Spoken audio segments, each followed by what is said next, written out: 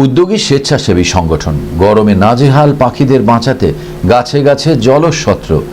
রবিবার এমনই দৃশ্য দেখা যায় শিলিগুড়িতে। স্প্রেড স্মাইল ওয়েলফেয়ার অর্গানাইজেশনের পক্ষ থেকে শহরের বিভিন্ন জায়গায় বসানো হলো পাখিদের জলের পাত্র।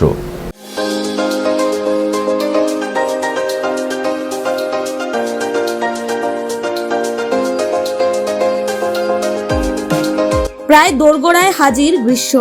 প্রচণ্ড গরমে জল সংকটে এ সময় যে বহু পাখির মৃত্যু হয় তা প্রত্যেকেরই জানা। এদিন এ কথা মাথায় রেখে এক অভিনব উদ্যোগ নিলেন spread smile welfare society organisation.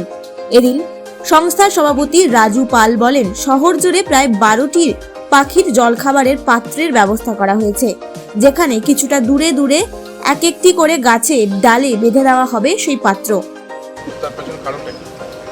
Actually এই পাখিগুলো যেমন কোভিডের আগে যেমন শালিক পাখি, চড়ুই পাখি, এসব পাখি কিন্তু আমরা সমাজে কিন্তু সেভাবে দেখা যেত না। তো কোভিডে যখন 2 বছর কোনো গাড়ি টাড়ি চলতো না, যেহেতু শান্ত পরিবেশ ছিল, সেই জন্য কিন্তু পাখিগুলো কিন্তু আবার এই 2 বছরের মধ্যে কিন্তু আবার পাখিগুলো কিন্তু ফিরে এসেছে আমাদের সমাজে। যখন পাখিগুলোকে আমি দেখি এখন, সত্যি কথা পাখি দেখলে পরে মন থেকে আমার খুব ভালো লাগে যে এই পাখিগুলোকে আমরা আবার দেখতে পাচ্ছি। তখন মনে হচ্ছিল যে এদের জন্য আমরা কিছু করতে পারি, যদি যে এরা আমাদের সমাজেই থাকবে। তখন আমাদের চিন্তাভাবনা আসলো যে আমরা এইভাবে করে আমরা জলের ব্যবস্থা করব।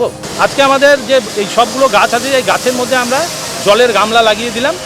আর এখানে যারা আশেপাশে যারা দোকানদার আছে তাদেরকে দায়িত্ব দিলাম প্রতিদিন জল দেওয়ার জন্য। আর সিস্টেমটা একটা করেছি, দড়ি দিয়ে পটটা নিচে নামবে, জল দেওয়ার পরে আবার জল গাছটা পটটা উপরে উঠে যাবে। আর সেখানে প্রতিদিন আশপাশের ব্যবসায়ীরা গিয়ে জল দিয়ে আসবে। ফলে এতে প্রখর গ্রীষ্মে পাখিদের জল কষ্টের সমস্যা মিটবে। সংগঠনের এই উদ্যোগকে সাধুবাদ জানিয়েছে শহরবাসী। ভালো হয়েছে, এই সমস্ত কাজেই তো করতে হয় মানুষের। পাখির জল খাওয়ানো, গাছ লাগানো, এই সমস্তই তো খুব ভালো হয়েছে।